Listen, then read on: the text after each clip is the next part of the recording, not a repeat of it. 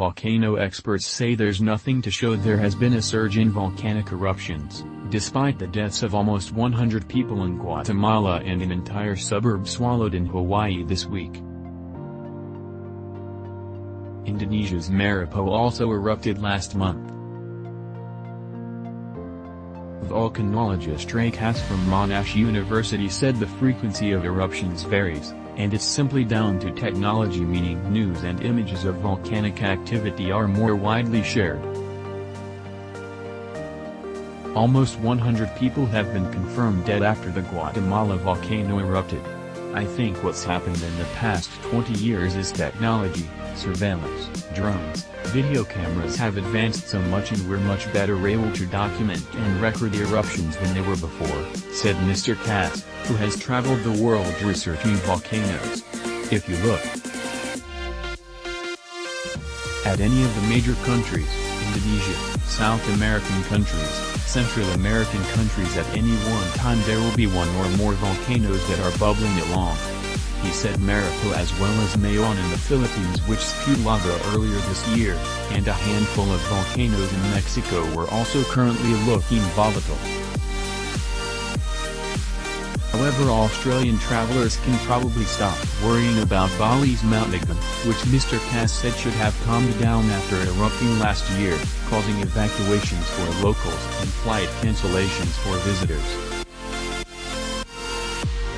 Lava fountaining at a fissure from the volcano, near Pahoa on the island of Hawaii. There's still gas released from the summit, he said. You think maybe it's going to settle down for a few years now? That seems to be the trend. While Australia doesn't have any active volcanoes, the closest are in Vanuatu on part of the Ring of Fire. It does have two sets of dormant ones, Atherton Tablelands in North Queensland and the newer Volcanics province in southeastern Australia. Mayon volcano in the Philippines erupted last month. Mr. Cass said an eruption is due there in about the next 10,000 years. It could happen in 2 weeks' time or it couldn't happen in 10 years' time, he said. The problem with these small volcanoes is they don't give a lot of warning. The death toll continues to rise after the violent eruption of a volcano volcano of fire, in Guatemala on 3rd of June. The first signs we could see of cracks in the ground. There's probably an eruption every 15,000 to 20,000 years and the last was 5,000 years ago. Up to 20 kilometers around the volcano could be affected by ash fallout.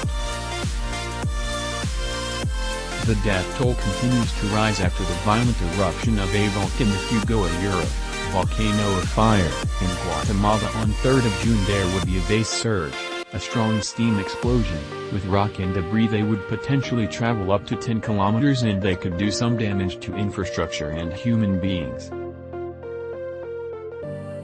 If we get an eruption, the ash cloud would be blown over Melbourne, probably extending to Canberra and Sydney, and it would impact air traffic. He said while it's impossible to predict the magnitude of an eruption, he believed Guatemalan authorities were caught off guard by the eruption, which has left 200 missing. Lava flows down the slopes of Mayon volcano during its eruption in the Philippines in January. He said locals seemed unaware of the dangers of the volcano. Fuego had another very big one in 1974, at least as big as this one. There was a precedent party given it's been bubbling along with smaller eruptions since 2005. According to volcanodiscovery.com, there are currently 33 volcanoes erupting on land around the world. The world's deadliest volcanic eruption is said to be Mount Tambora in 1815, which is thought to have killed 70,000. Copyright 9 Digital Proprietary Limited 2018.